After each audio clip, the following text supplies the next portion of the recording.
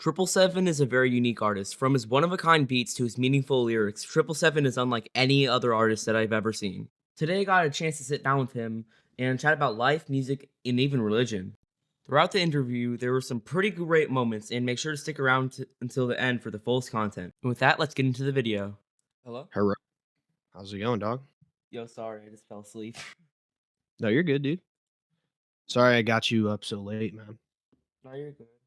Uh, so, how's your day? It was pretty good. Went to work. Nice. Where do you work? Yeah. Where do I work? Yeah, like, what do you do? Right now I'm doing like a little side gig. Doing like I'm a server at a restaurant right now. Nice. Yeah. Alright, I'm gonna just ask some. Do you know how my interviews work? I watched a couple, um, but not all the way through, but I kind of get the idea. Yeah, so basically we go from like some basic questions to some lyrical questions and then to some like deeper questions. I love it. Hit me. Alright, where'd you grow up? I grew up in the Bay Area, California. Um, yeah. Alright. I came into the rap scene here with like sort of like a aggressive like scream style, but then I sort of, I still had that sort of like rap influence and bounce to it. You can kind of hear it in like what's a good one, like um Smoke Metal and like Tweaking in the Parking Lot, and um it's very bouncy, I'd say. Yeah. I noticed that in your newer songs you're changing up from like screamo to more like what you like not like that's like is it what you want to do or Yes, I it's just kind of like it's like my music isn't like, of course, I have a style, right? But, like, my music specifically is, a representation of, like, that period of time in my life, and it's also, like, a pure, representation of, like, who I am in that moment of time. I try to stay as genuine as possible. Of course, it's like rap, so you kind of, like, accentuate parts and the your personality, yeah, I but noticed you I have a try to good stay as genuine.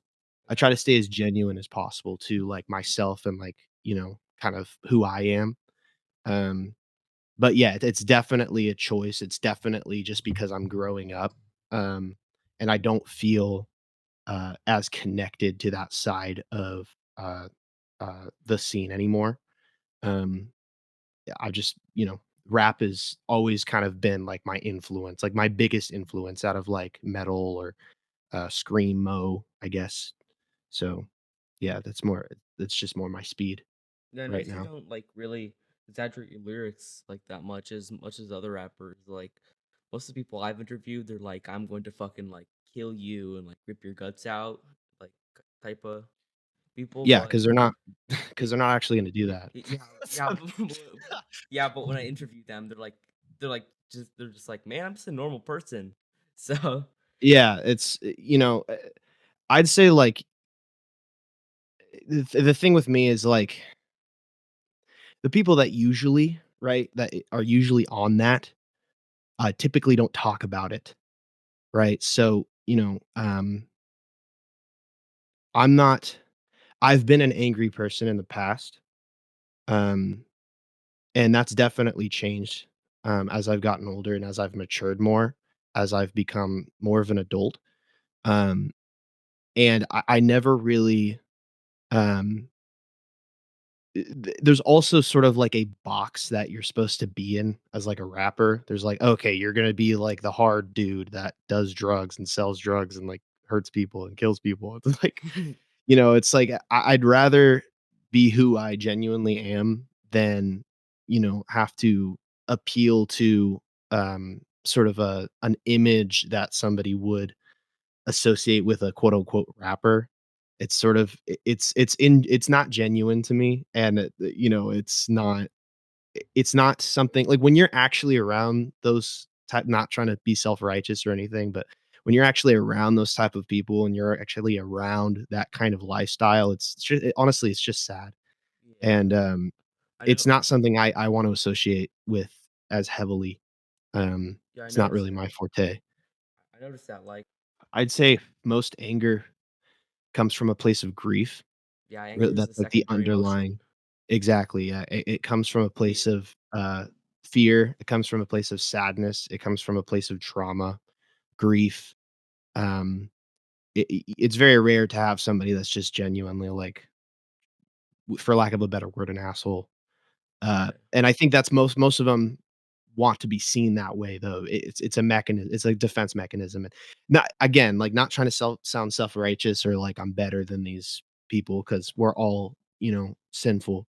But it's just something that I'm trying to move away from and not be involved in as much as I was in my earlier, uh, years as a young adult, teenager, and rapper. Um, I'd rather focus on things that are more, uh, that more people can connect with, right? Uh, just lyrically and emotionally, right? Because there's so much more, uh there's so many different avenues you can hit with, uh, like the music in an artistic Yeah. sense, right? Like, it doesn't just have to be, like, either sad rap or angry scream rap, right? It's there's like there's so many other, things you can express, through, uh, this art form, and that's honestly at my core, I'm just an artist, right? Like, rap is one of those things where, I feel for me is the best way I can express. It's like my most tuned way I can express who I am is through music, Mhm. right? But, ultimately, it's like I'm an artist, so it's not just rap. Like, there's other things that I do. I can, like physical mediums, like actually painting, stuff like that. Yeah. Like, it's not just rap for me. And I'm also, I'd say, I've been honing in on my, like actual like, um instrumental side, right? So, like, I can make my own beats. I mix, master, produce, engineer all of my music. For like the last, I want to say for the last like 3 or 4 years, pretty much all of my releases have been self-produced. So it's for me, it's more about the art form than it is about the gimmick of like, oh, I'm the rap guy. You know what I mean? Yeah, I noticed that you're like, n- yeah, I noticed that your like beats are more like up in your face lately, and like more of the song. Cause in screamo, like Mhm. the beats are uh, like the beats matter a lot, but like to be honest, most of them are Yeah. like kind of the same. But Yeah. you like you can make them unique. Like 666 Delete, he does that. But like I forget what song it is, but it's like super EMP. Like it's forever till forever. I really like that one. Oh, yeah, yeah, that was a little bit more. That's an older one. That's an older track, but, like, yeah, like, Forever Till Forever is, see, that's a moment in time. I actually forgot I made that song. But, yeah, I just kind of like, whatever vibe that I'm, like, feeling in that moment, right, is what I'm gonna go for, right? So, like, at that time, it was sort of I was listening to, um, uh, what's that one Black Eyed Peas song, where it's like "Rock Your Body." I can't remember the name of it, but I was listening to that one song. I was very obsessed with that one song, so that definitely was, like, influenced, like, early 2000s party vibe was where I was at. I was feeling very, um, braggadocious, very, on my own thing. But that's the thing, it's like I'll take, like, any sound that, like, I feel like is fitting me at that point in time and then turn it into my own. So, like, but, um, ultimately now I feel like there's a lot of music that I haven't released yet. I have a whole album that isn't out yet. Um, that is purely, I would say, like, probably the best actually, it is the best music I've ever made, and I haven't heard anything else really like it. Um, yeah, I would say that it's really just my own sort of take on rap, but, um, yeah, I'd say the older scream rap beats that I would hit, I didn't make them, most of them. Uh, they're simple, right? And I think that's what draws people to them is the Yeah. simplicity of it, right? Like, there's not that much going on. It's you know, we've all heard the no melody type vibe, Mhm. right? Like, at least in this scene. Um, I think it's sort of, overdone. It's kind of overrated at this point. Yeah. There's so many you can only do a you can only hit so many NASCAR allo type beats, you know what I Yeah. mean? Like, it's not it's not really like, and for me, it's like, at that point in time, as a teenager, as a 17, 18, 19-year-old kid, right? Like, that really spoke to me because I really felt that, like, I have ADHD, so I'm, like, always crazy. I'm like, "Oh, yeah, this is sick." But, as I get older, it's just, uh, you just your taste, uh, especially as an artist, changes, like, drastically, like, all the time.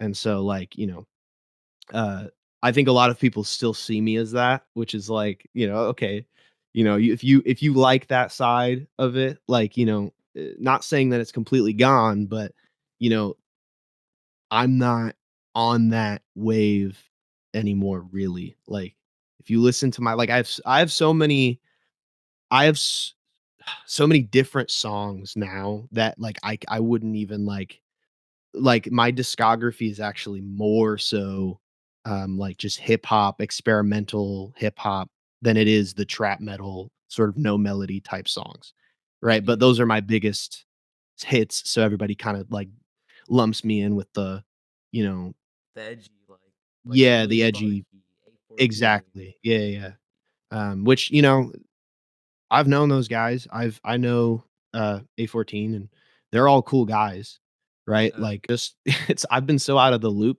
because 'cause I've been focused on life and my own I've been focused on life, finding God, Mm.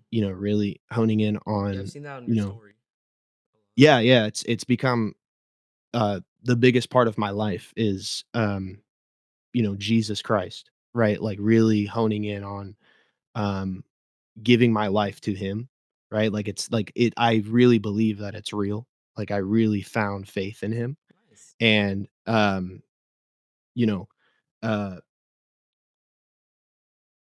so I've been more focused on that than what's been going on in the scene. Of course, I've still been making music, but it's, I've completely disconnected from the politics of what's going on. But I Yeah. saw your video recently, the Brokey and A14 situation, and I Thanks. was I was watching it, and I was kinda laughing. I was laughing a lot because it's funny because, I know both of these people, right? Like, so, like, for me, it's like I'm just seeing 2 friends that I know, Yeah. like, sort of, like, beef, and it's like, it's just kinda funny to me. Um, like, I've known me and Brokey went to the same high school together. He Oh, actually cool. drew yeah, he drew Drew. my first he went to my first show, and he drew my first fan art. Um, uh, and he's just grown exponentially since then. And, just all the love goes out to him and A14 as well. He really Good. kinda got me into the whole scene pretty much. Like, after, I started working with him, right, like, my numbers started going crazy. We were talking about So A14, right? yeah, I'm talking about A14. A14's, like, Oh, very right? oh, okay, Like, okay. I love Brokey, right? Like, don't get me wrong, like, it's no disrespect to Brokey at all, Yeah. right? Um, I know that he has a way that he appears online, right? Yeah. Um, and he knows where I sit on it. Like, there's no beef at all. Like, me and him are tight. Yeah. Like, I've known him for a long time, and we've had conversations about this topic, and it's all love. It always just ends in love, right? Like, I love Brokey, I love A14, I love both of them. I know there's a beef, but I don't really care. It's kind of like it's not something that's on my Yeah, radar, like we're all right? friends in Like, the I've always end. yeah, wait, what? Say that again? Like we're all friends in the end, kinda. Like It's sort of like I mean, like, I've just known, like, I don't know if he's I haven't talked to him in a minute, but I've known Brokey for a long time, right? Like, I've performed with him, I've taken him to shows, he's been to my shows, you know, um, we've had some differences in the past, but, like, it always ended up in, like, apologies and, like, "Hey, dude, like, I like you." Like, this at the end of the day, it's just music, man. It's just art, and that's all it is. And I think when people's egos get involved and people's opinions get involved, I think division is.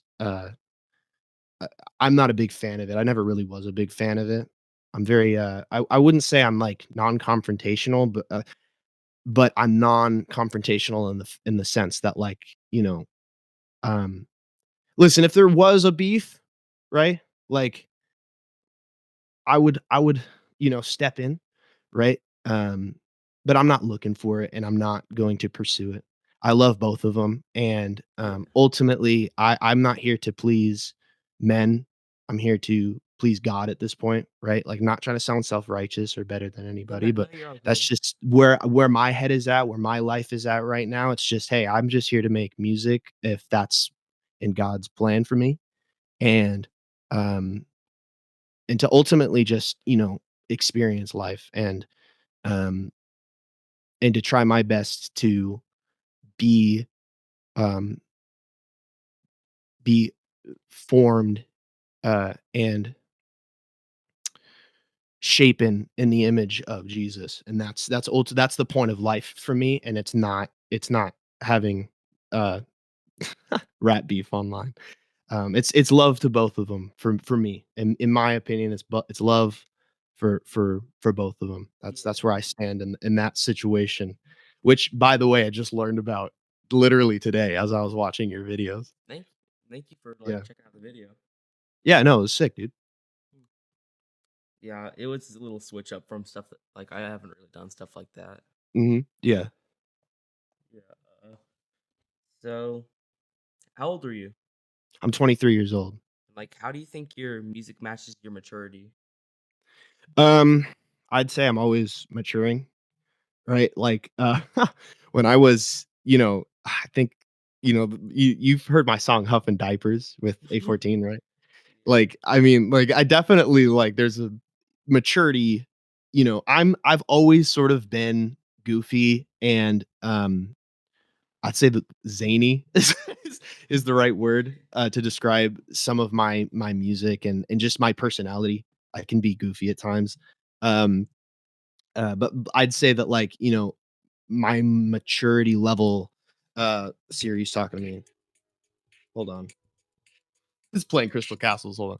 So my maturity level, uh has definitely changed since that era of my life, right? I'm not as edgy and emo, corny, in my opinion. I don't maybe people see it differently, but, uh, I'd say that now I'm more focused on, like, um, again, just, I'm more focused on God and reconciling, um what that means to me and my life and how I can express that reconciliation and that happens on the inside outwardly in my music, right? If that's where I'm going to continue to go, right? Like that's my main focus going forward, at least in this period of time.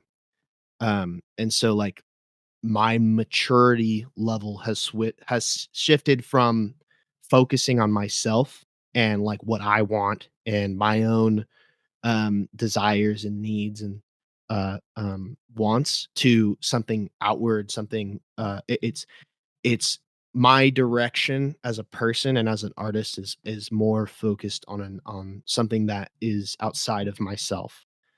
So I'd say that that's been uh sort of a you can kind of see it in this album that I haven't released yet, but there's a little bit of a um it's sort of kind of moving that mindset towards reaching towards something that's outside of myself, which is actually if anybody's ever tried to do that, it's actually really hard because you don't realize how much you love yourself.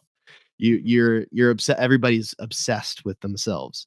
So you So, kind of want to go in like a third person perspective and like, the idea of Christianity, right, is, the idea of it, right, ultimately, right, is, there's a sense that, um, there's a verse in the Bible where it says, "Seek first the kingdom of God and all of his righteousness, and all of these things will be added onto you."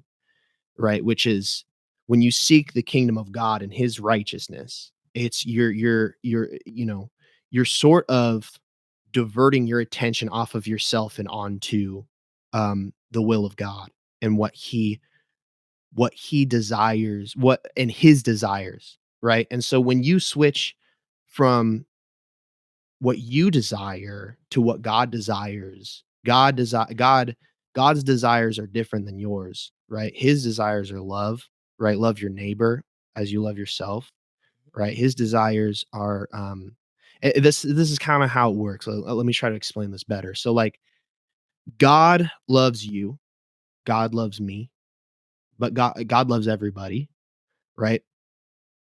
And by loving God, by seeking him, I love the things that he loves, right? And so he loves you, so I love you, right? He loves A14, he loves Brokey, so I love A14 and Brokey. It doesn't mean I agree with everything that they do.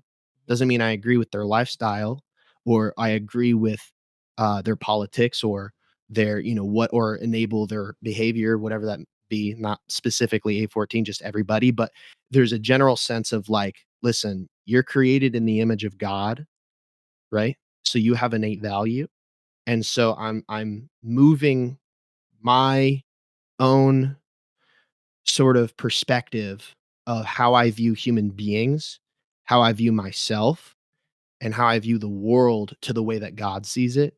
And that is a source that is outside of my own opinion. That's a source that's outside of my own way of thinking and doing things, to his way, right? Which is actually very hard, right? Because you want to do what you want to do all the time. And so when you start doing that, it changes you as a person, like completely. And so that's where my focus has been shifting. That's where my maturity has been growing. I've been growing in this area rather than growing my desires and my wants and my way of viewing um, all of this existence, life, right? So I don't know if that answers your question very well. It just kind of went on a tangent, but yeah. you're good. Uh, so um, we'll talk a bit more about like the Christianity and stuff later if that's good. Absolutely. Yeah, I just want to keep it for like the end of the video. Yeah, absolutely, dude. Yeah. Yeah, sorry, I kinda, like that's where my brain is right now, it's music and Jesus right now, so, like, my brain just immediately goes to that direction anytime I get asked a question. I'm just like, "Oh, actually, this relates to this," Yeah, so, yeah, you're good. I have yeah. like I noticed with ADHD, like you have like hyperfixations, kind Oh, of. yeah, yeah, yeah. Yeah, Oh, yeah. like mine right now is an interview. That's Uh, a cool thing to I think it's really cool that you're doing interviews.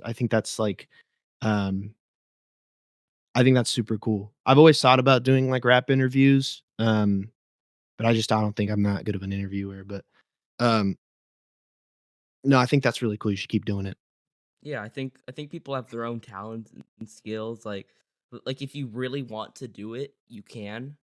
But Yeah. it comes like easier. Some people just like music comes easier to you. I fucking suck at music, bro. I tried to do it yesterday. I just opened It up. took me like 11 years, 11, 12 years to really hone in on, like, my own style, my own craft, and with, you know, again, not trying to bring it back to Christianity, but I believe that God has given me a gift, a talent, and, so it takes time, talent, um, and, practice. It's just that's it just takes so it takes a for some people, they're like they can pick up a guitar and learn it really quickly, you know?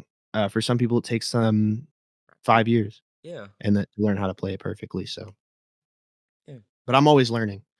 Like I'm always trying new things. I feel like over time, like without even knowing, your skills and some stuff progress. Like for example, like you said, like maybe like just like in the way you talk, like you didn't say like you said, it takes so long and like like just maybe in the way you talk, it improves your music and like Oh, yeah. Vocabulary, learning how to articulate yourself is something that, like, for me, like, I've always, maybe not so much maybe not as much now, but when I was younger, I had a real insecurity about articulating myself, right? Like, being able to, portray like, being able to portray emotions through words, I had a very hard time doing it, um, and so that was, like, an insecurity of mine. And, I just I was tired of having that insecurity, so I just tried my best to learn how to articulate myself better, like, grow my vocabulary, which helped my music, right? I can write lyrics better because I have more words in the vault ready. yeah, Um, the English language is, like, the hardest language. If you study any other languages, it's like, it's one of the hardest ones to learn, right? Because it's like there's so many different ways of explaining one concept with like there's so many different words that mean the same thing or mean different things and like I think it's a huge skill in a it, honestly it can be an art form to be able to articulate yourself in a cohesive way. yeah, like going back to like the concept of like slowly over time you get better things. For example, I used to be like just like you were like insecure about like the way you articulate things. I was like Mhm. I have really bad social anxiety and like I've had to like take time off of school and stuff for that and Yeah. like really really bad. So and I think like me like slowly me over time just like watching the way that I talk and do stuff Mhm. just helps me get into the social setting of interviewing. Yeah. Yeah. I think that will come the social stuff. Right? Like, you're still in high school? I'm middle school. Middle school? Oh, wow, dude. I mean, Yeah, I'm in yeah, eighth dude, grade. that will all come with time, dog. Like, as you grow older, right? Like, um, the social stuff will just start to click to a certain extent. Like, it will get better. I was, you know, I was definitely socially anxious growing up and feeling like an outsider and feeling like all that stuff, and, as you grow older, you'll you'll start to see that everybody's just sort of making it up as they go. Everybody doesn't really know what's going on, Yeah. and, realizing that, like, kind of it made it easier to just kinda be myself wherever. Like, of course, you can't, like, get naked and stand on a table and just do whatever you want, but, like, you know what I mean? Like, I could kinda just be in my own skin without having to feel like I'm pleasing anybody else. And I've always sort of kind of been like an oddball and like people always kind of saw me that way. So I was like, all right, I'm just gonna own it. I'm gonna be the weirdo. Like I don't really care what they think about me. But Yeah, in your um music you talk a lot yeah. about you not caring about Yeah. yeah, going back to your childhood, like how was your Mhm. childhood socially? Socially, I so my childhood, like in what sense? Like how was it how did you fit in? Like what was it like the family life? What was it like the school life? And how do you think it like resonates and correlates with your music? Um I know I just put a lot on I'd you, say sorry. I'd say my family life. Um I'll start there. My family life. Um I had both my mom and my dad. They never got divorced, right? It wasn't like it was, perfect all the time, but, I had a dad that really loves me. I have a mom that really loves me. And, I had a pretty good foundation there. Pretty very balanced. Uh, my mom and dad had a very balanced relationship, I'd say, compared to, um, 90% of my friends. 90% of my friends, um, came from broken homes, Yeah. and or had a divorced, family, or not a dad, or not a mom, or whatever. And I think that affected me socially, right? Because, coming from that, people are going to interact, especially kids are going to interact with the world differently coming from their home life, right? So, uh, I saw what a marriage was supposed to look like very early on, and I think that like helped me growing up. I had a father figure. Um, I had a mother. I have a mother. I have a father. So I went into uh, school and all that stuff, pretty set in that department. Like it wasn't like I didn't come from like a super broken home. Um, but socially, um, I'd say that like, like I said earlier, I have ADHD, right? I have ADHD. I've always sort of been socially awkward, socially different, right? Comparatively to my peers. And, you know, going into that, I just kind of like, owned it. And I think that it's weird when you start like, when you start just doing you, right? And like you don't really care what people think, you can make the like corniest thing be like look cool. And so like I didn't really have Like Nardwuar. um yeah, exactly. Like that guy's weirdo, but like everybody likes him because he's just himself. And so like I never really, of course I was seeking an identity as a young man, but as a young kid. But I don't think that like I um ever had a problem making friends, so to speak. Um but I would also get in trouble a lot of the time, because I was very unapologetically me, right? And so that caused issues a lot of the time, I think. Uh so family life, pretty good, right? Like supportive mom, supportive dad. Um um School life, I had lots of friends, and funny enough, they were all rappers. So they were all rappers, they were all artists, and so that definitely influenced me. My best friend growing up, got me into, making music. My friend, Dimitri, who goes by the stage name Unji, now, um, Does he still make and music? yeah, he does still make music, and he's actually on, like, 3 or 4 of my songs on my album, and, we got a few songs together, just a few singles, and he was on the summer 2021 EP, uh, which is, like, an older, seasonal, uh, release that I do, um, which I've only done 2 installments. There's summer 2021 and 2022 or 3, I can't remember, but, um yeah, he was on one of those albums, and he's been on a few. He's like my best friend. He was like my only friend, like around your age, until I got into high school. He was my only friend. Yeah. Oh, I forgot to mention I was also homeschooled. What? I forgot that was a big Oh. thing. I was also homeschooled. Yeah, I was homeschooled from. Let's see, I was homeschooled from like third grade up until high school. I was homeschooled because I just was like so crazy. I was just so ADHD that, like, I could not be in a classroom. Um, but yeah. Yeah, I really struggled with that. I think I should have been homeschooled, to be honest, for a bit, like in my younger years, because of my Yeah, ADHD.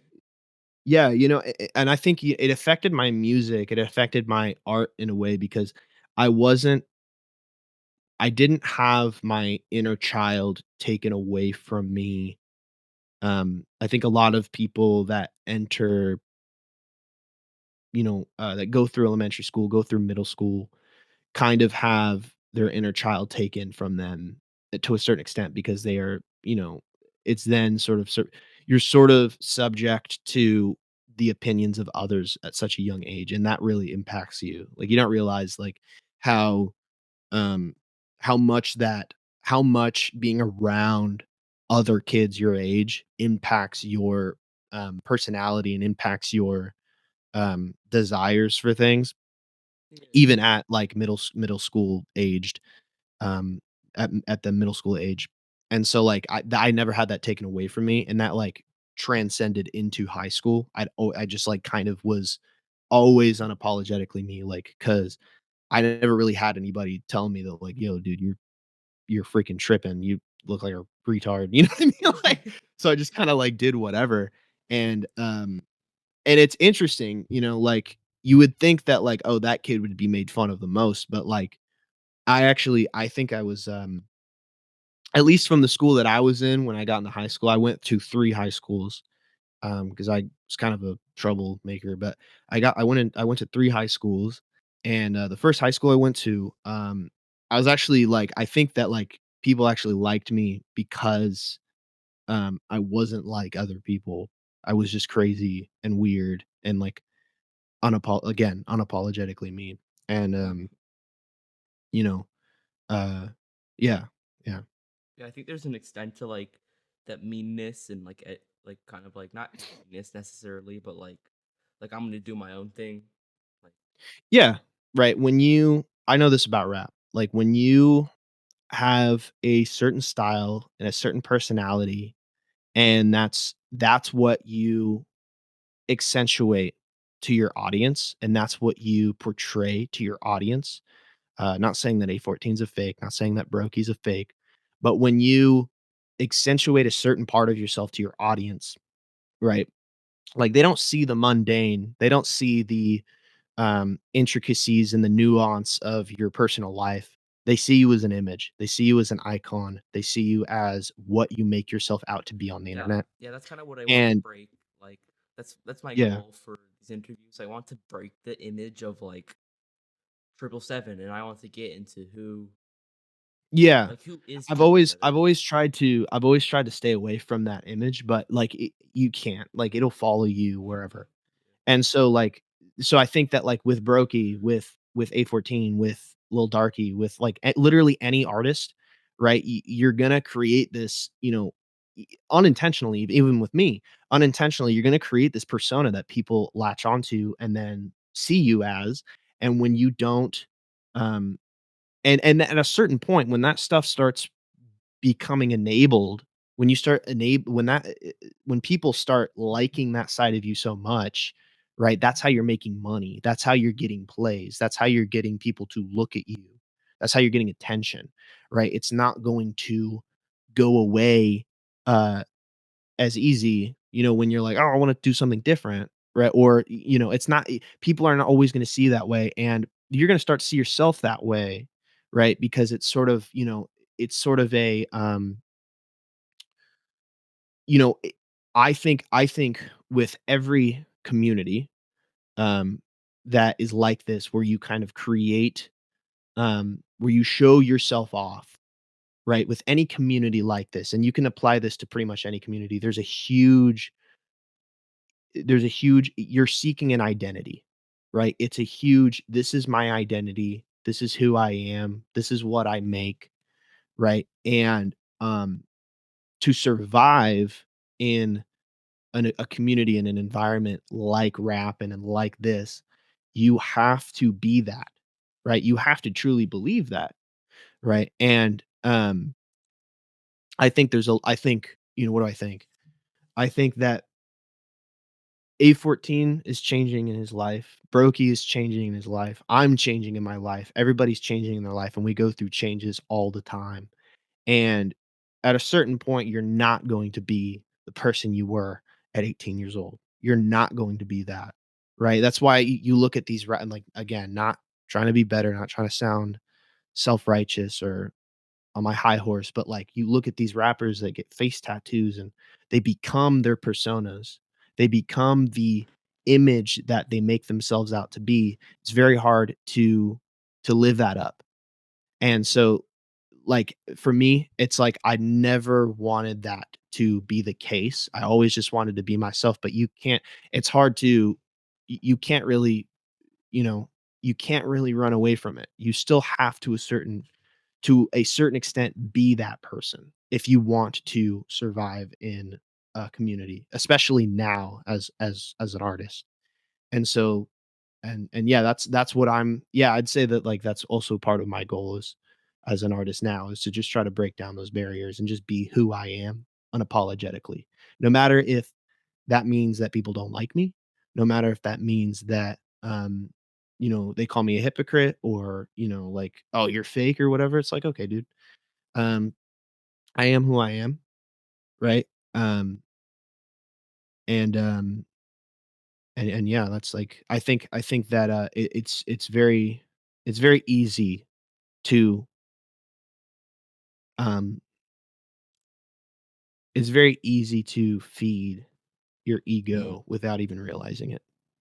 Yeah, sorry that I keep bringing up the Broke A14 drama. It's like you No, it's all said, good, dude. like It's I'm hyper to me, it's fixated on like like yeah, to me, it's like, you know, again, like, I love both of them, right? just Like, two friends in fighting. a I love both of them in a sense that they're both equally valuable because they're both created in the image of God, right? So I see them as innately valuable as human beings, right? Doesn't mean that I necessarily agree with everything that they do, right? Or everything that they make or everything that they say. But they're both innately valuable because they're created in the image of God. And it's the same thing with you. It's the same. So, I have a general love for them, but it's not, I don't have any sort of opinion on their rap beef. It's sort of it, to be frank, to be honest, sort of seems like a knockoff Drake and Kendrick beef to me. It's what it sort of seems like that. It's like, "Oh, okay, this we're doing it's a rap thing." Like, that's what I Yeah, see it. It's a rap thing. Like, yeah. I see most of the beefs as the same. Also, it's too. yeah, it's the same. It's just sort of It's like, just kind of like a recycled who thing. yeah, like, it's Who a makes the pissing better music contest. in the end? Yeah, who's it's a piss yeah, exactly. And, I will appreciate friendly competition all the way to the end, but, um, Yeah, like I have some yeah. like I don't think he even knows me, but like me, I challenge myself with like the guy who did the Brokey interview, like Slurp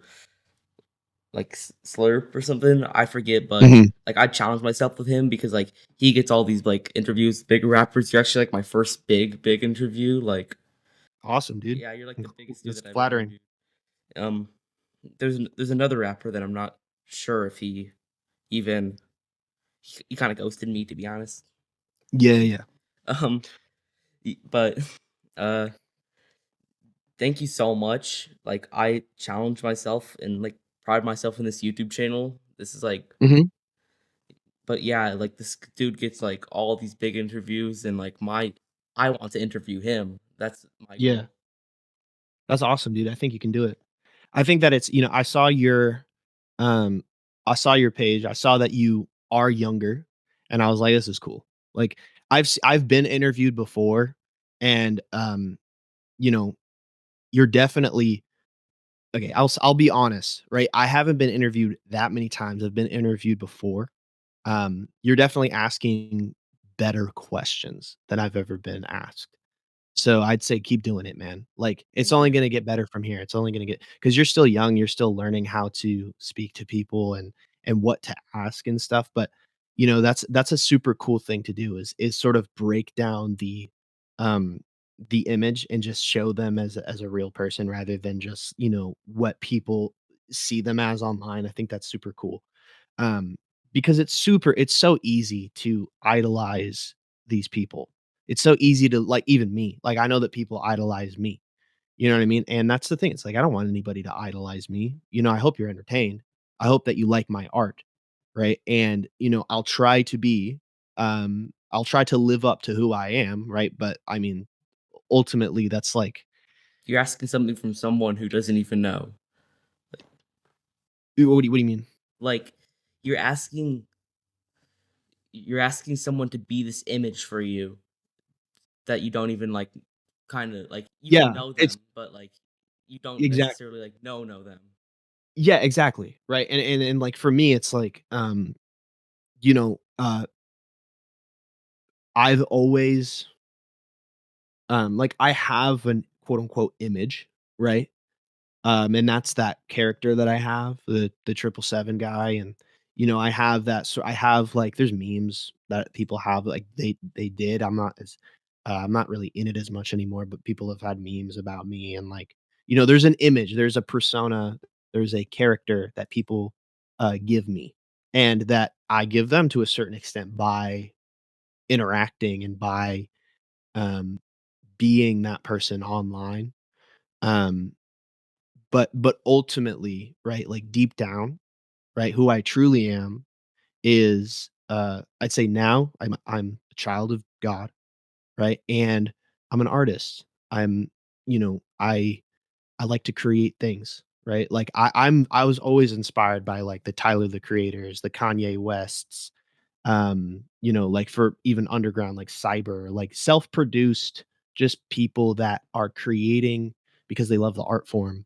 and ultimately, like, as much as, like, yes, it's I guess it's interesting to have this sort of, um, I guess it can be interesting to have, like, a character or a persona or some sort of gimmick. Ultimately, I just kinda want people to see me as, um just well, one, just another human being here, and, as an artist, that's pretty much it, like yeah, just a creator, just somebody that is good at what they do, right? Like, um, I definitely won't say that I'm not good at what I do, right? Like, I will be confident, right? There's a difference between being egotistical and confident. I'm confident in what I can do. I'm a good rapper, I'm a good producer, I can mix and master, like, I've gotten people, um I've helped people mix their stuff better, right? Like, I'm good at what I do. I offer a good sound, right? But ultimately, like, I'm not better or e better than another human being in the sense, like, I'm just an artist. I'm just a person.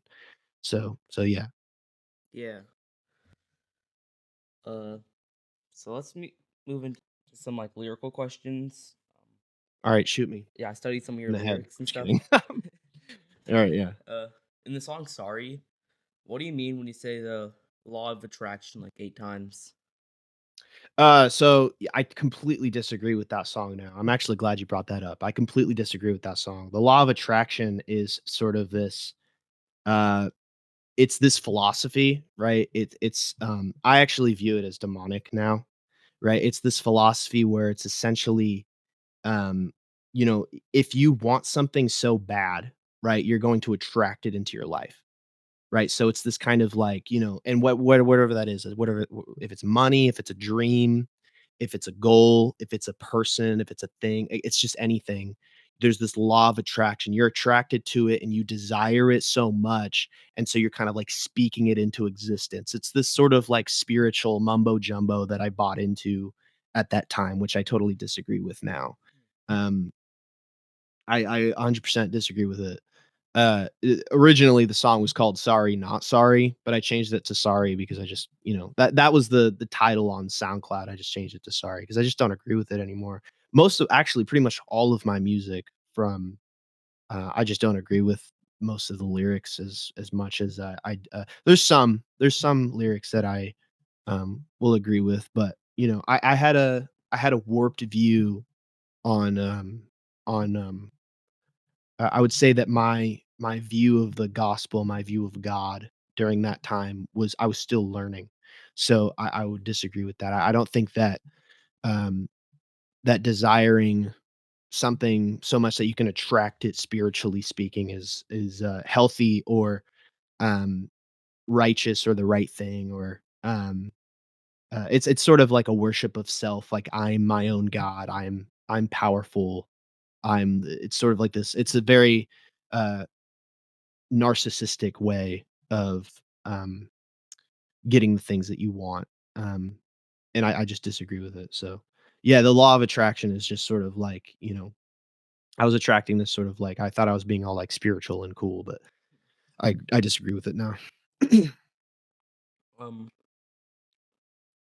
in the Again, song, that's my thing. Like that's my music is like who I was at that time. And so at that time, like I was that, but I'm not anymore. in the song, "They Can't Hold You." Yeah. What do you mean? Another song I don't agree with lyrically as much anymore. Uh, uh, not living your life like you're supposed to. Can you tell me more about that?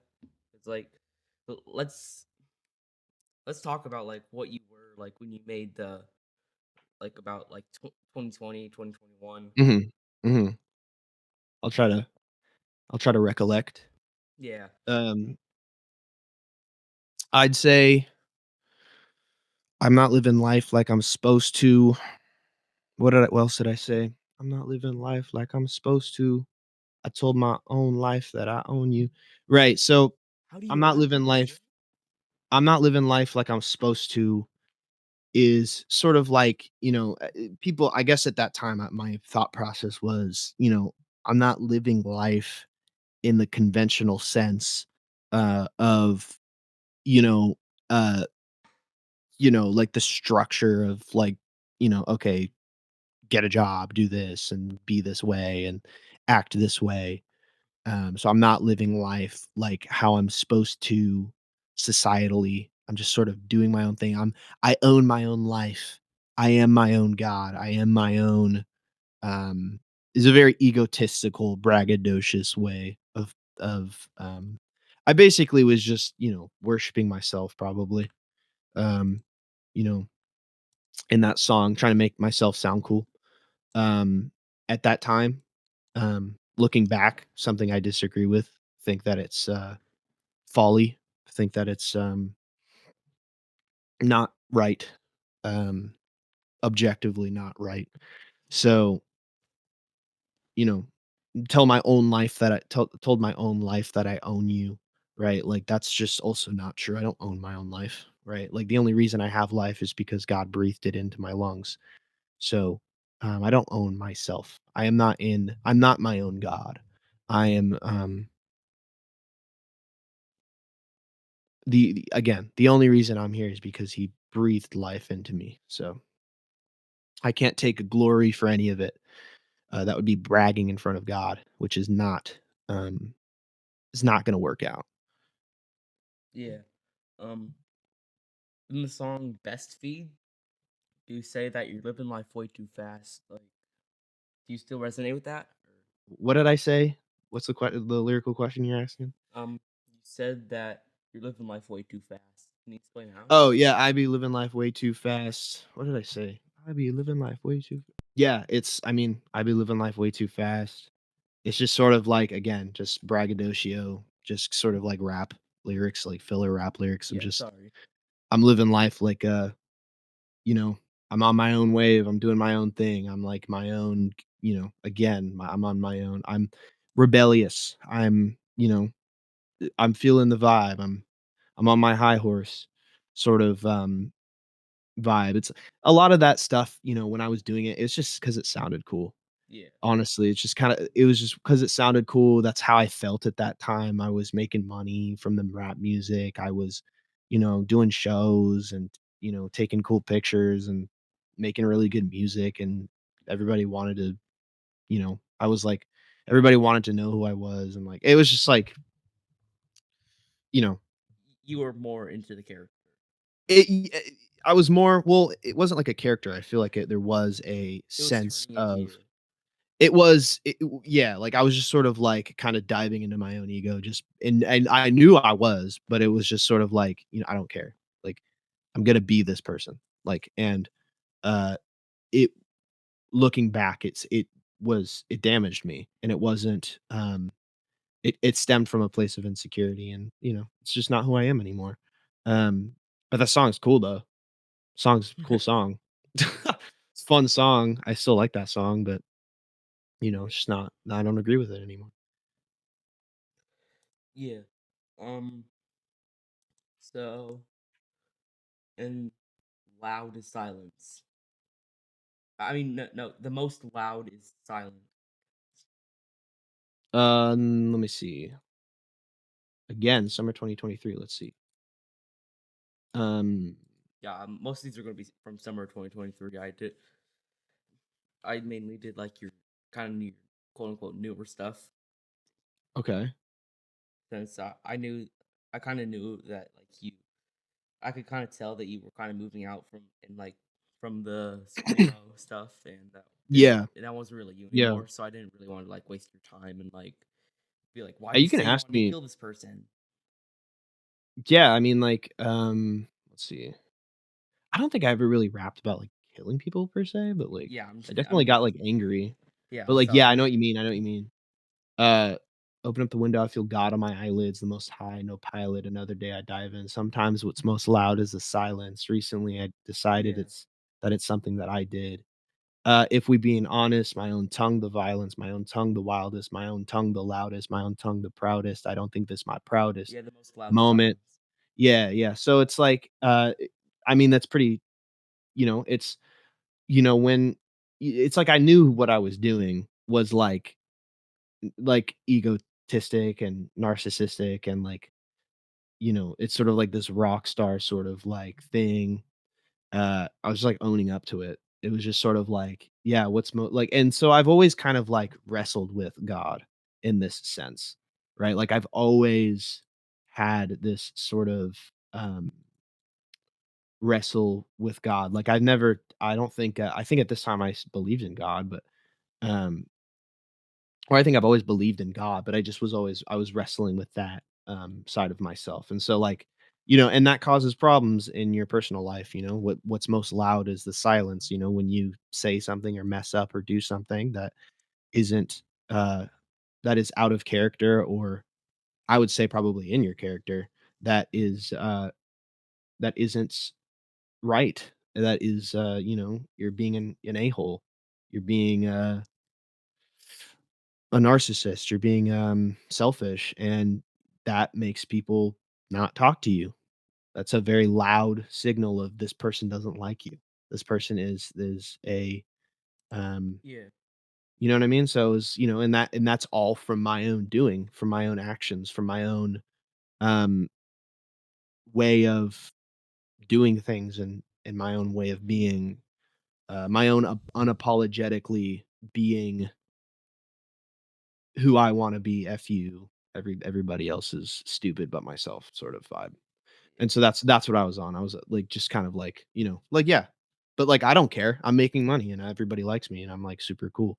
So so that's what I was on. Just But, here, I to keep again, asking you these like no. outdated lyrics. No, go ahead, dude. I'll answer every single one. You even wanna ask about the scream rap stuff, right? Like, it's the thing is, like, I haven't released a lot of music. I have, like, 2 songs that are more. I haven't made music released music in a long time that is a better representation of who I am now as a human being, which, by the way, I'm still growing. I'm still not perfect. But, Do you think there's ever like a um place you're going to be where you're perfect? no, no, well, yes.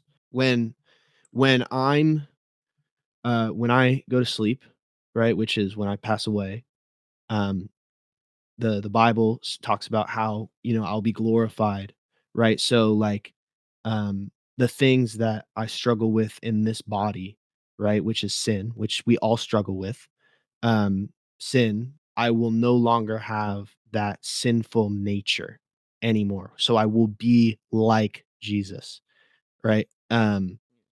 Which is something that this is a Christianity thing. This is something that the Bible describes as glorification, right? So, no, I will not be perfect, 100% perfect here on this earth. Um, um, I will not be a perfect person. It's impossible. Anybody, I think there's a C.S. Lewis quote that talks about you don't know how bad you are until you've tried to be really good, Yeah, right? So, um, it's just, it's the human condition. It's the struggle. It's this idea of your sinful nature versus your spiritual versus the spiritual nature. I have the spirit, right, which is the Holy Spirit living inside of me from because I've accepted the the the sacrifice of Jesus Christ's uh, death on the cross for the forgiveness of sins, right? So, God is Christianity is the only religion in the world where God actually comes and lives inside of you spiritually speaking, right? So he lives inside of me, and so I have 2 natures now as a born again Christian. My spiritual, right? So the spirit and then the flesh. My flesh is what sin is. Flesh wants to do things that are opposed to what God wants, and that's, what does the flesh talk? I think the verse is, let me think here. Um, the flesh is adultery, fornication, uncleanliness, lewdness, idolatry, sorcery, hatred, contentions, jealousies, outbursts of wrath, selfish ambitions, dissensions, heresies, envy, murders, drunkenness, rivalries. That's what Paul talks about in the Bible, talks about the works of the flesh, but the fruit of the spirit, so like the what the spirit produces in me is love, joy, peace, forbearance, kindness, goodness, faithfulness, gentleness, and self-control. And as a human being, right, like, as a human being that knows Jesus, right, these 2 things are constantly at odds with each other, and I'd say that at that point in time, I was more in my flesh. I was more listening to lies, listening to um, those things. And uh, I'd say that, like, again, no, I don't think that we can be absolutely 100% perfect here on planet Earth now. Nobody can. Um, but if you know Jesus, right, you'll have new desires in you, and at the end, he'll take all of it away. And so that's sort of the promise that I subscribe to. That's the belief system that I believe. Um, so yeah. Um, in the song "Deserve," you say that 6-year-old me didn't get what he deserved. Yeah. Um, um, so yeah, another thing I don't agree with. Um, we don't deserve anything, biblically speaking. We don't deserve anything. We deserve eternal hell, right? Because we have sinned, because we have rebelled against God, because we um do things that are opposite to God's intention for uh we've long story short, we've rebelled against God, so we don't deserve anything. So that's another thing that I didn't really fully understand. I don't deserve anything. So I really thought at that time, or at least it's something I was buying into, or I wasn't thinking very much about, um, is that like my 6-year-old me, my inner child wasn't getting what it deserved as an artist or as a human being. It's just pain and suffering. But as I've gotten older, as I've come to Jesus, I realized that, like, I don't deserve anything, um, because of the way I've treated God and others and family and friends. Um, Ultimately, all of it's because of the way that I've treated God. But, and this is the big but, um, he still loves me. In spite of those things, he still died so that I wouldn't have to face the punishment for those things, right? Which is that eternal punishment, which is that separation from God, which is hell, right? So like I deserve to go to hell because of sin, but what Jesus has done for me is that he has taken the punishment for sin, which is hell, upon himself so that I wouldn't have to. The idea is that your sin, right, is like a debt. Somebody has to pay for it. You're either going to pay for it or somebody else is. And the idea is that Jesus paid for your sin in full on the cross. That's why Jesus went to the cross and was crucified. Is he paid for your sin. So it's either you're going to pay for your sin when you die or somebody else is. And that somebody, and there's only one person that was able to do it, was Jesus Christ of Nazareth, who is the beginning and the end, the Alpha and the Omega, the King of Kings and Lord of Lords, who, to prove that he's done that, to prove that he was who he said he was, which was God in the flesh, rose from the dead, right? And so, um, that's what I believe wholeheartedly now. Um, which is something I'm trying to express in my music more. as I go forward in this endeavor, if this is something that I still feel is, something that I want to do and something that God puts on my heart. But ultimately, again, just another lie that I was buying into. I don't deserve it. I don't deserve anything. I don't deserve to have everything that I want and all of the and all of my dreams to come true. Um, it's sort of just a you know, that's if long. I beat around the bush a lot here, but that's what that lyric means. It was just sort of like um another thing that I was another lie I was buying into that is not true. Mm. Um, and you must in the song "You Must Not Know Me." You talk about someone. I don't know if this is just like filler rap lyrics or something. Yeah, I was yeah. just kind of curious. Talk about someone named Lil Tracy, the summer of 21, and like how you were having fun. Mm. Let me see. Let me see here. Um,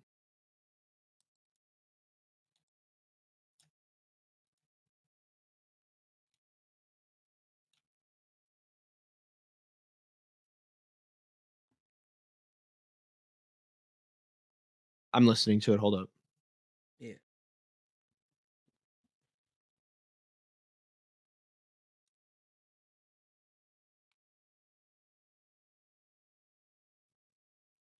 I think I know which one you're talking about, but I just want to make sure. Um,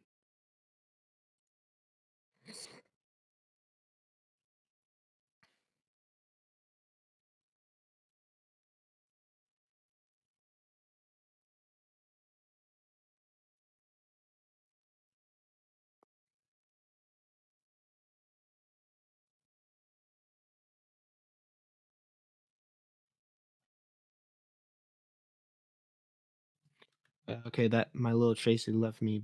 Remember back when we were young, low key trying to go back to that summer 2021. Didn't think that'd be a memory. We were just having fun. I guess it's all for the best when it's all said and done. Yeah, so at this time, like I was going through a major fallout with my best friend. At this time, I think. So my little Tracy to my little Peep, right? So like he was kind of like my duo. And I was just feeling I was reminiscing back to when we were tight, right? And I was just saying that like, I remember back when we were young, kind of want to go back to those days, but I didn't think that that would be a memory. Like I didn't think that like it would stop. We were just having fun, but I guess it's all for the best, right? So like, the friends are like seasons, man. They come and go.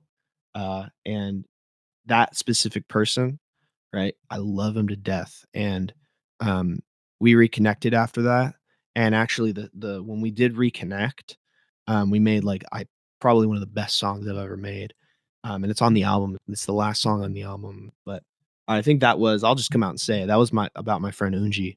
Um, so, yeah, I really felt like, I was just really in this, like, sort of, like, I just felt mistreated. And so I just put that in my music because it's again, it's just a representation of, that's who I am and, that's what I was feeling. Um, I felt like I didn't have many, I didn't have my I felt like my homie, like, sort of, was doing me wrong at the time, and so, you know, um, but again, people, I don't hold like, I don't hold it against him at all. I don't hold anything against anybody anymore. There's no resentment, there's no unforgiveness, there's no, uh I've probably equally done him wrong in certain areas without even knowing it, and so, yeah, that's just what I was feeling at that time, and, you know, there's nothing I necessarily disagree with here, it's just, how I was feeling at that time. Uh, in the song "Anthem," uh, Mhm. you say, "Took a minute to mirror the biggest critic." Is that the spiller? Or Took 'em, let me see. You're making me listen to my old music, man, it's crazy. like, Uh,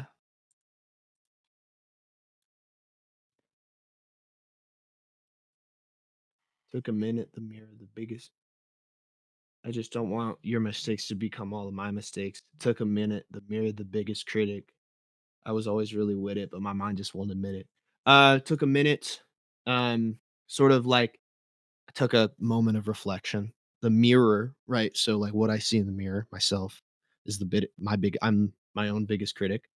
And I was saying that like I was always really um, you know, uh, very self deprecating. I was always very with it. Like I was very like on top of things. Like I'm not who I don't beat I beat I was just beating myself up too much. Um, you know, the mirror, your biggest critic, but I can't listen to that lie, right? So I was saying that just, but my mind won't admit it. Like intellect like deep down I know that like, I can do anything, right? Anything I set my mind to. But intellectually I just wasn't, at that time my mind wasn't telling myself that. It was just telling me that I can't do anything, whatever, like I'm a mess up um and then I said I think I said in the next line I said I just didn't quit. So like yeah, it was just sort of like, inspirational sort of like hey, I was in this zone of self-deprecation of like I can't do anything, I suck, to overcoming that and saying like I'm not going to quit. I can do anything I set my mind to, which I don't think is inherently wrong. I think that that's okay. I think that, you know, um, again, all the glory goes back to God.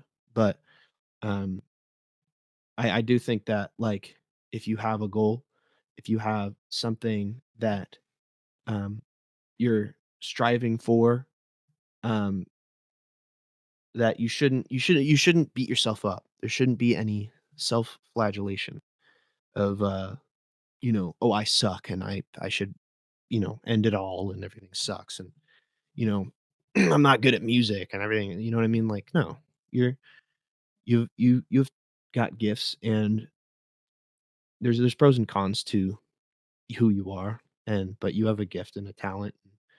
Uh you shouldn't give up just because you're telling yourself that you suck.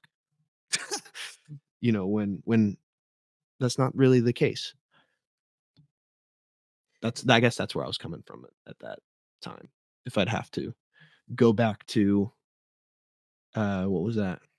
What year was this released? 2022 2020. me. Yeah, 20 if I had to go back to 2022 777, that's probably what I was thinking. Yeah.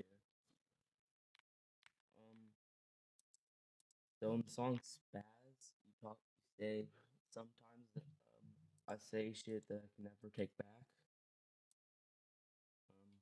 Are you generally impulsive? Or I can be, yeah. Sometimes I say things I can't take. Let me see.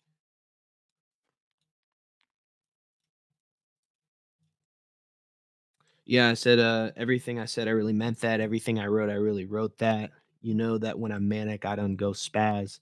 Sometimes I say shit that I could never take back.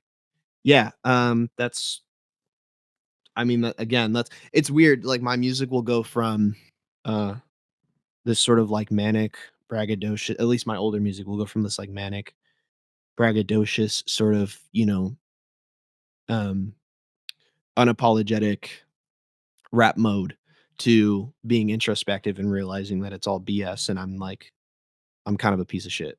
Like to be completely honest. So uh yeah, sometimes I say things that I could never take back. That's just true in life that you sometimes say things that you just cannot take back. yeah, And I think the Bible talks about I think it's um the Bible talks about um the Bible talks about the tongue. Let me see here. Let me find the verse. Um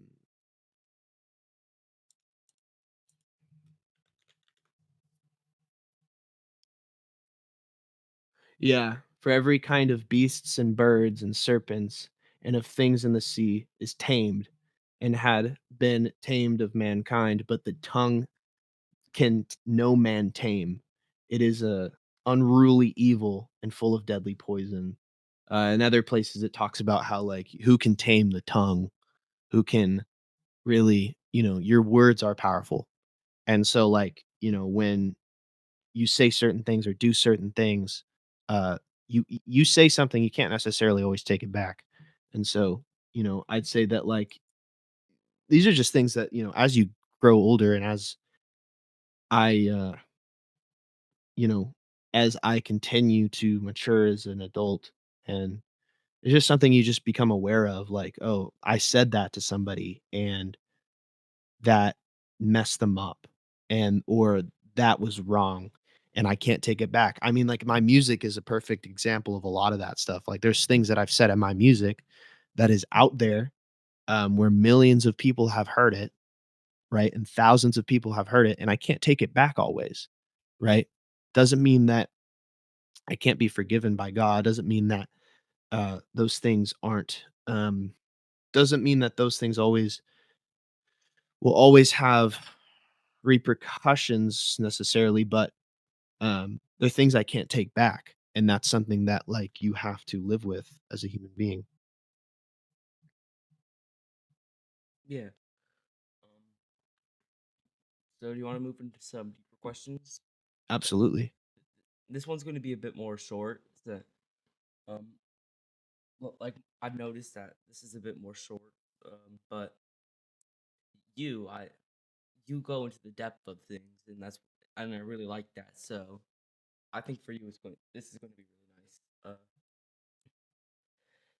In the song Medusa, you talk about the use of Zans, and yeah, what's your history with that? Was Oh, it yeah, something when I that was younger, I had, um yeah, when I was younger, I was smoking weed, I was doing drugs. So, like, I can't remember exactly what part of the song you're referring to, but, like, yeah, I'd say, like, yeah, I had a relationship with Xanax when I was younger, with the, it's just something that, it's something that, I don't do that anymore. I haven't done that in years. I actually don't smoke weed anymore.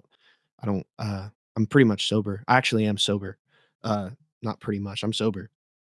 I haven't Yeah, so, yeah, it's just, when you're younger, um, I was younger and, I was introduced to a lot of things that, um,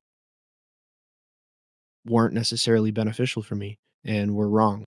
And so, like, yeah, I was abusing Xanax, when I was younger, but I would say that, like, yeah, it was just, like, I guess something that because I can't remember which verse you're talking about. I know that's on Etiquette. Um, Let me see.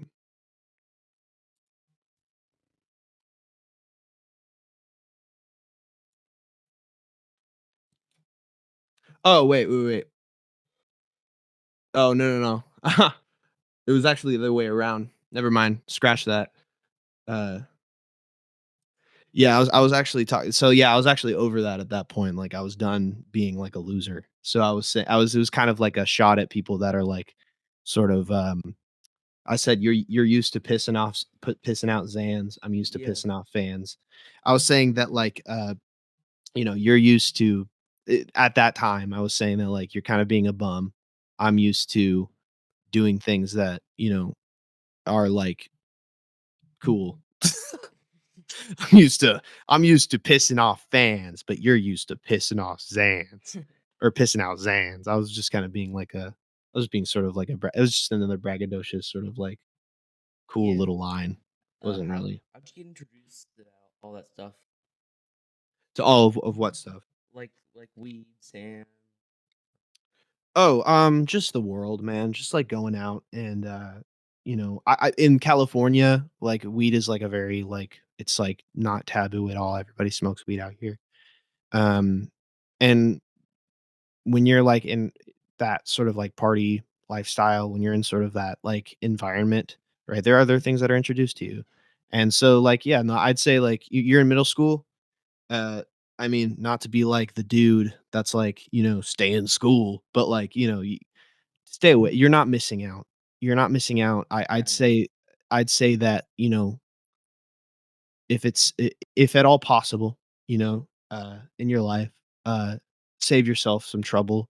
Um, I know people that use I used to do this, by the way. I'm not any better than anybody, but uh people that like need to smoke before they eat, that need to smoke before they go to sleep, that need to smoke before they go do anything with their friends. Like they need to smoke to have a good time. So you don't want to get to that point where it becomes this um where it becomes this thing that you're mastered by. And the Bible talks about how we're not supposed to be mastered by anything, right? Which is a struggle for a lot of people. It's a Mhm. struggle for me a lot of times. And so, like, and that's just with any addiction. And so, like, like, yeah, I got introduced to it just by existing in the Bay Area, California. How And old were you? the first time I smoked weed, I was probably like 13, 14. Um, so pretty young. Yeah. Yeah, yeah, I don't. I'm gonna be so frank right now. I am like, I'm probably gonna cut this out of the video, but I'm like in one like, I live in Arizona, so Mhm.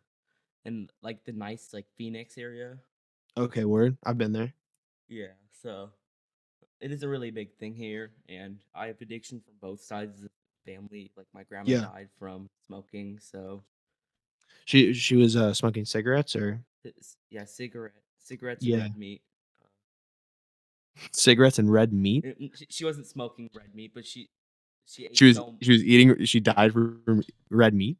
yeah, she ate so much of Okay. it that it became so unhealthy. Wow, you gotta d how much red meat do you gotta eat? Yeah, I know for real. She was she could barely leave the house. So Oh, that's horrible. Was she overweight? well, Sorry, I'm like ask no, she was too skinny. oh, man. Oh, so she was, like, only eating red meat and smoking. Yeah, That's crazy, dude. yeah. Yeah, I'd say, um, I won't lie, I smoke cigarettes sometimes and, but, like, it's not like, it doesn't get me high or anything. Like, it's not something that, like, um but yeah, no, I'd stay away from it. Yeah, Yeah, I'd I stay don't. away from anything. I stay away from weed, stay away from acid, stay away from shrooms, stay away from anything that's addictive Yeah, I think if at all same thing. possible. It's bad for your health. I try to Don't surround my just eat red meat. Have a Pop Tart or something. I don't know. yeah, I try to surround myself with people that like don't do that kind of stuff.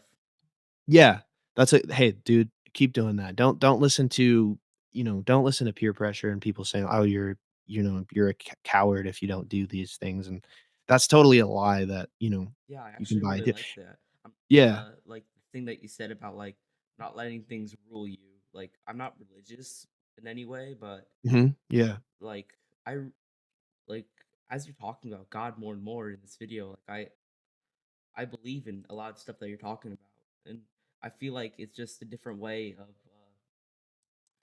it's just a different way of expressing some stuff that uh like it's different.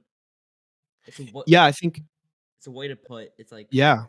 it's a way to put a lot of the like even if you like you don't believe in God, you can believe in the message of God, and that's what I I think so, like, I agree with you. I think that if you apply any of the teachings of the Bible to your life, which would be like the mechanism, right? So, like, you apply the mechanism of Christianity to your life, you will see a change, right? But this is the problem, is that mechanism only really works if you have God implemented along with it.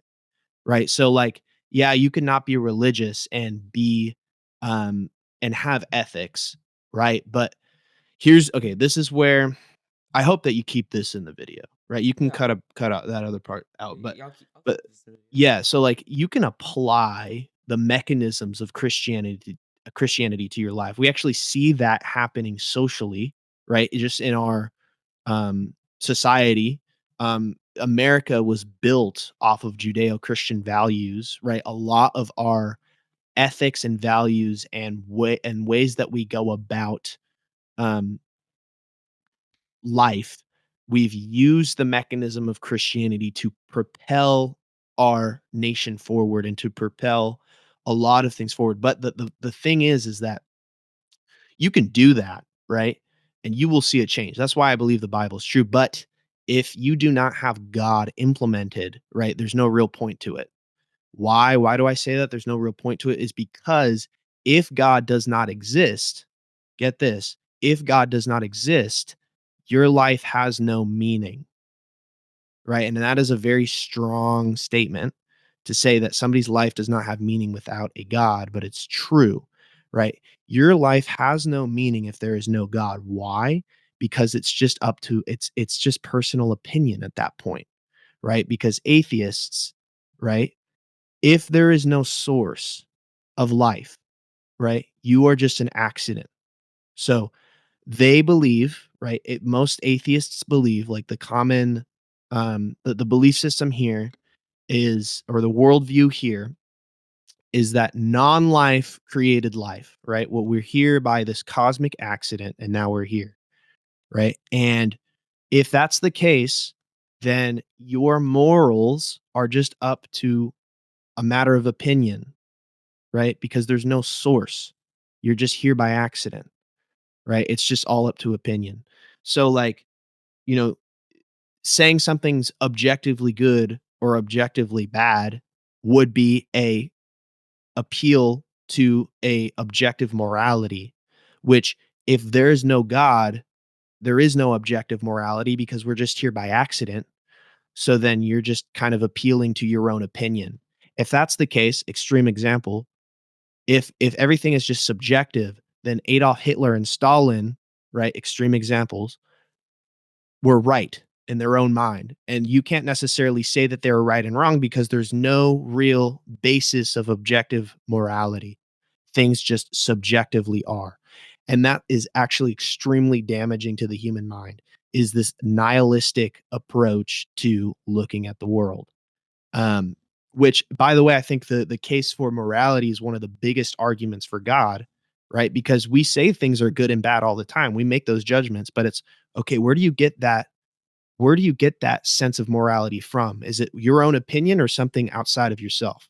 And if it's something outside of yourself, it can't be nothing, right? It can't be this energy, right? It has to be a personal God. It has to be God, right? And so that it's like one of those pieces that, like, for me, it's just one of those arguments that drew me into, okay, this isn't actually just uh, a coping mechanism to go through life, right? There is an actual real force, objective force of good and evil that is institutionalized by a moral lawgiver, right? So I think, yeah, you can, a lot of Christianity's ethics, a lot of the teachings you can apply to your life and see changes, but it does not work unless there's God in it. And if you say there is no God, your life is inherently meaningless. If you're following that view to its full logical conclusion, because everything is just up to a matter of opinion, if that's the case, which I don't agree with. I think that me and everybody else that lives here on this planet has innate value because we're created in the image of God, meaning that yes, there is objective right and wrong because God said that there's objective right and wrong. And also you have value because he decided to create you, right? Which is insane to think about because um um because what? Because what? Because that means that you're not just an accident. You're not just nothing floating around on a rock.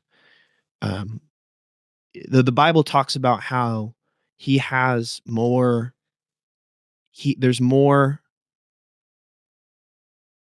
he has more thoughts about you specifically. I'm talking about you, the viewer. He had more thoughts about you than there's stars in the sky or there's grains of sand on a beach, right? That he says that every hair on your head is numbered, meaning he knows you, every little bit about you. That's how valuable you are to God. And um where do you get that value from if it's from nothing? You know what I mean? So yeah, I think long, that's my 2 cents on the idea of on Christian ethics and morality. If, you know yeah, I think I said it right, leave that in there. Yeah. Do you mind if I use that as the hook? Yeah, absolutely. Uh, thank you. I think you just changed like my whole view on like Christianity. I thought, can I be honest with you for a second? Yeah, go ahead. I didn't really like. I didn't know anything about it. I didn't like, Mhm. and I thought it was just these people who believe that this like big God in the sky created us. But you just like changed my whole view on it completely. Dude, amen. Thank you. All glory to God, dude. The only reason I know any of this stuff is because God has taught me, right? Uh, yeah, so, like, I'm not a super smart guy, like, these are not arguments I've come up with. These are just things that I know, right? And these are just things that, like, logically speaking, right? Can I ask you, like, a question? Yeah. Like, do you believe that there is a God? Um. No. Uh, No. I'm sorry.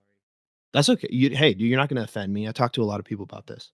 Um, yeah, so, like, um and by the way, I'm not saying this about you. This is what the Bible says. It says that a fool says in his heart that there is no God. I'm not calling you a fool. That's just what the Bible Yeah, says. no, I'm not judging you, right? The Bible says that a fool in his heart says that there is no God, yeah. right? And like, I'll definitely think about like because I take a lot of time. I think a lot, yeah, and it's really cool, dude.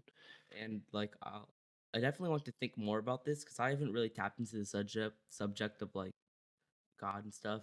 Yeah, Just kind of I've kind of always like been like more caught up in other things, but I'll definitely tonight when I go to bed I'll definitely think about like what if there is yeah, a God and like how does it resonate with me and how does it like I'll definitely think about it a lot and yeah, I might even like it might even grow on me and I might even like start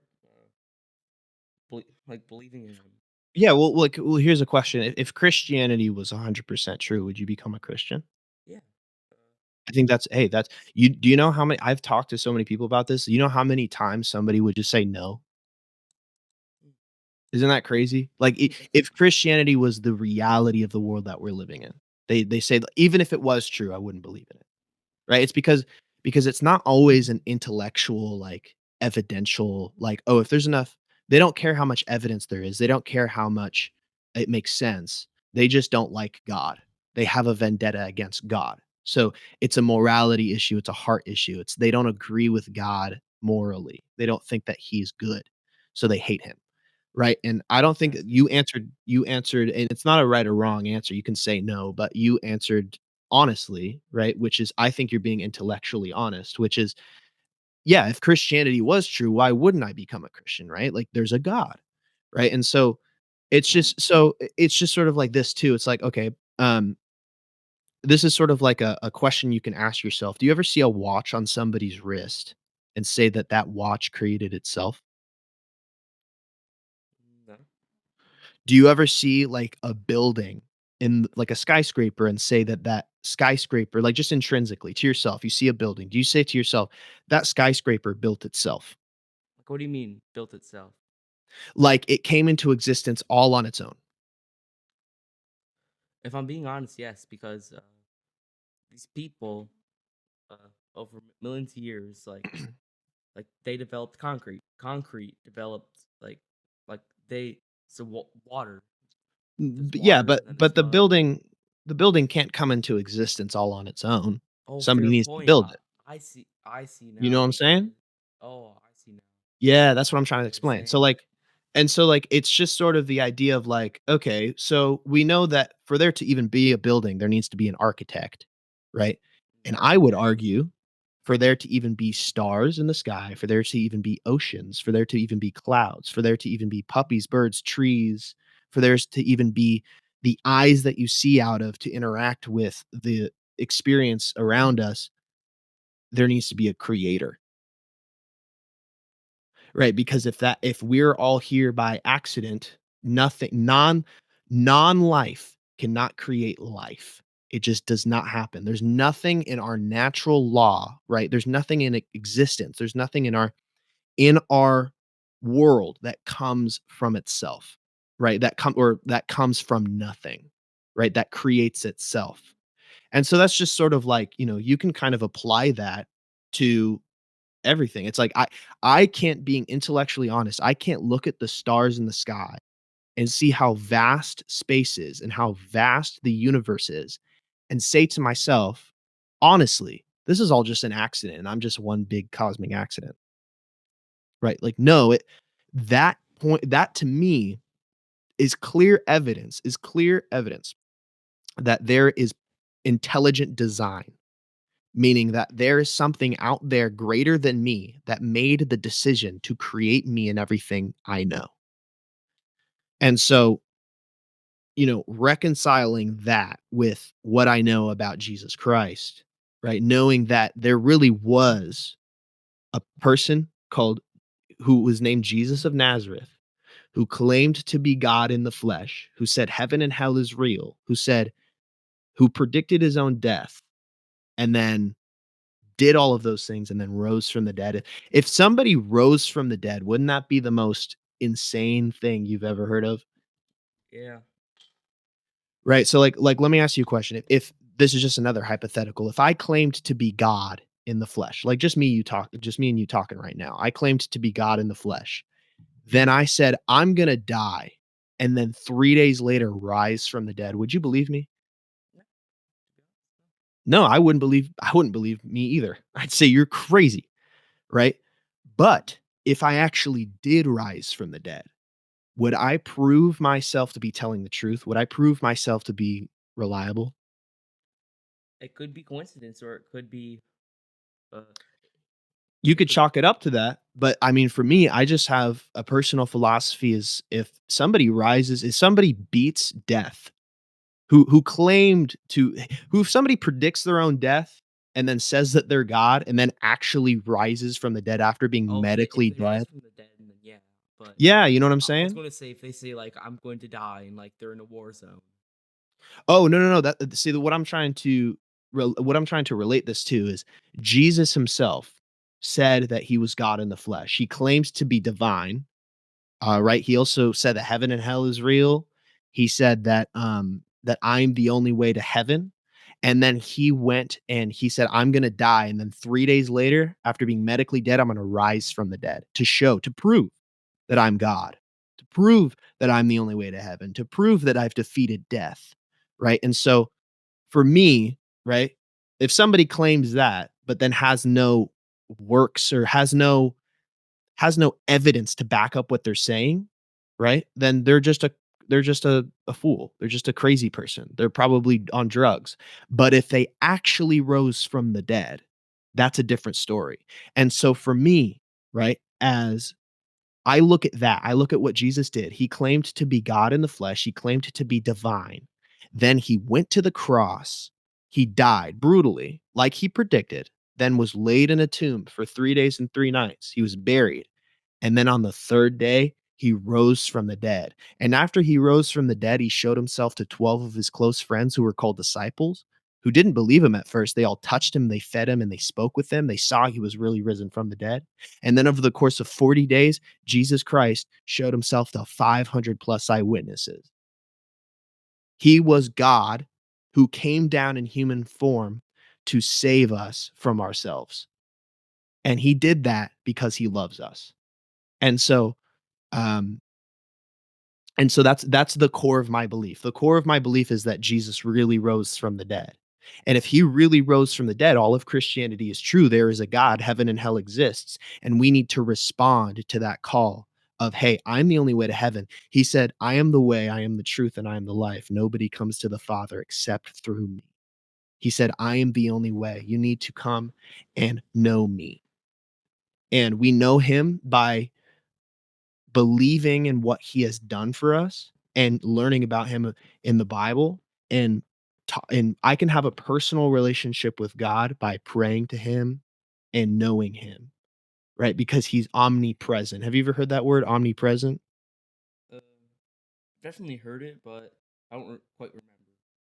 Omnipresent or omniscience is the Oh, idea that omniscience. Yeah, I know. yeah, he's, I like, know. everywhere all at once, meaning that Yes. he's So God, so he's all powerful, so he's here right yep. now, He he is. knows that I'm Yes. talking to you right now. He knows that he knows when I'm talking to him, just whenever I talk to him, I just, you know, I address God as my father, right? Because he's my father in heaven, but he's not a distant sky daddy that wants nothing to do with me. He's somebody that can be there for me in all of my struggles in every part of my life. And I just call upon him like I know him personally because I do. Because the only way I'm able to know him personally is because this idea that remember when I was talking about sin earlier? So that sin, that anytime you've told a lie or anytime you've done something wrong, God is so good that he can't even be around sin, right? In fact, he needs to punish sin, right? And so what Jesus did is he became my sin, all of my sin, and he took the punishment for it and took my sin away. So now that separation that I had from God because of my sin has now been taken away and I can have full access to God through the work of Jesus because he came and he died for me even though I don't deserve it. Even though I've done him wrong by breaking his rules, he has taken away that punishment and that guilt and that shame of and I can be reconciled back to my Father in heaven, who is God, and know him personally, know him on in a way that I can know you or I can know anybody else, and that's a walk with him. I walk that relationship out every day by praying to him and just figuring out who he is and learning from him um and and and that's actually true love because Jesus's love is and God's love is a in spite of kind of love. In spite of the fact that you've done me wrong, in spite of the fact that you've hurt other people and sinned against me, I still love you and I still chose to die and take away the punishment for that. And that punishment is hell, right? Mm. And so he can do that for you. He can do that for anybody that's listening. He can do that for anybody. Right, and the offer is there for free. It says in the Bible, "For God so loved the world that he gave his only son, Jesus, that whoever believes in him shall not perish but have everlasting life." It says that in the Bible, if you confess with your mouth that Jesus is Lord, that he's God, and believe in your heart that God raised him from the dead, you will be saved, right? Saved from what? Saved from that punishment, saved from that separation, saved from hell, right? For with the heart one believes and is justified, and with the mouth one confesses and is saved. Right. So I've made that personal decision in my life to accept the work of Jesus on the cross and his death, burial, and resurrection. And you can too. It's really simple. Yeah. Uh, Thank you for just like talking. Yeah, dude. Like, like you're really nice to talk to, and I don't think I've like probably had like this deep conversation really. Yeah, dude. I hope I hope this interview um does well on your channel, and I hope that I pray that you seriously consider that decision in life of because you know following God and making that decision is the biggest decision that you'll ever make in your life. And I'll tell you from personal firsthand experience that it's the best decision that I've ever made. He's completely changed my life. He's not just let me put it to you this way. I don't believe in Christianity because I want to believe in it. I believe in Christianity because it's objectively true. Right? Not a lot of people are on a pursuit for truth. A lot of people are on a pursuit for happiness. They're not seeking what's true. They're not seeking what's actually out there. What is the truth of why we live here? What's the matrix? You know what I mean? Like how do I break out of the matrix? Nobody's really on that pursuit. They'd rather just kind of stay in their own comfortability. But I will tell you that when you accept what Jesus has done for you, he changes your life and he will show you who he is wholeheartedly, right? And all you have to do is accept him. All you have to do is trust him, and that trust is will change your life.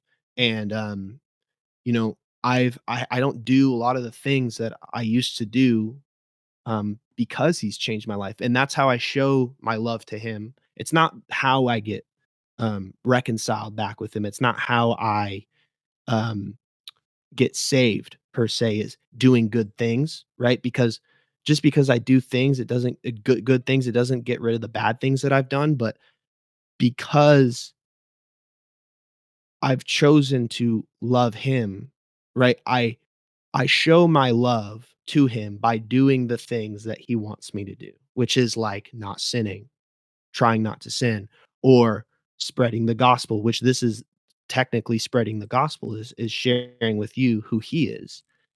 Showing love, loving my neighbor as I love myself. Love ultimately is showing love to other people is how I show my love back to God. And then also I want to because I know that he loves you and I love the things that God loves and he loves you, man. Mhm. Thanks. Yeah. Um, in the song Barracuda, you Yeah. say that you swallow your pain like a great barracuda. Uh, Mhm. what's it like? Like, do you hold in your pain often, or like? I used to hold in my pain and carry it on my shoulders, but now Jesus does. So I used to carry my pain, and my suffering on my own shoulders and swallow down my traumas and my anxieties and my fears and my everything, and I would be carrying it. And as I've come to Jesus, I now give all of those things to him and he's carrying them now. And so yeah, I had a lot of pain, I had a lot of suffering. It doesn't mean that those things necessarily all go away and might live a perfect life and everything is amazing. I still have suffering, I still have pain. Um, but I know that he's with me through it. And I know that ultimately all of those things teach me a lesson, to grow in life and to grow in grace and grow in God. But at that time, I did swallow a lot of my pain and let it linger. I did carry it, and let it be, and I kept it inside, right? And so, um, And yeah, that pain came out in your music and like substance use and stuff. sure, or just an identity, right? Like, But you put all that pain into the 777 song. yeah, I do put a lot of pain into my music. Yeah, I still do it, but ultimately, now, Putting first that and much pain. foremost, first and foremost, I give it to God. Mm. Um. So yeah. Thank you so much for just coming on, chatting with me. Yeah, dude, absolutely. You have any questions for me? I think I asked pretty much all the things I wanted to ask about you. I think, uh, yeah. I have one thing. Would you open up the Bible? Would I open up the Bible? Um, you know what? Fuck it. Why not? Cool. Um, Here, look. This is what the one thing I don't want anything from you. I don't want money. I don't want nothing. I just want you to read this one book. Um, Yeah, I like reading. yeah, it's a short book. It's in the Bible. It's the book of John. It talks about Jesus and who he is and what he's done. You can get it for free. Um, there you can literally just read it online. You can also download an app. If you have a book with you, like you can read that too. But I'd suggest reading it from the New International Version. It's just what it means is basically the international version is just anybody can pick it up and understand it. Um, I'd suggest, figuring out who he is, and that's and I leave that uh that's my message is to you is to, I really pray that you surrender to God and figure out who he is, and anybody else listening that he's real and he's calling out to you and he's knocking on the door of everybody's hearts and he wants you to open the door to him. He's not trying to hurt you or condemn you. He's come to free us and set us free and to show us his love. So, yeah, I just say, read that. It's a short book, and I don't think it'll do you any wrong, man. Yeah. All right. I'm gonna go to bed. All right, dog. Yeah, thank you so much. This was Yeah, dude. amazing. Hey guys, thanks for all the support recently. It means the world to me. And frankly, this is the biggest interview I've had yet. Thanks for sticking around to the end, and see you guys in the next one.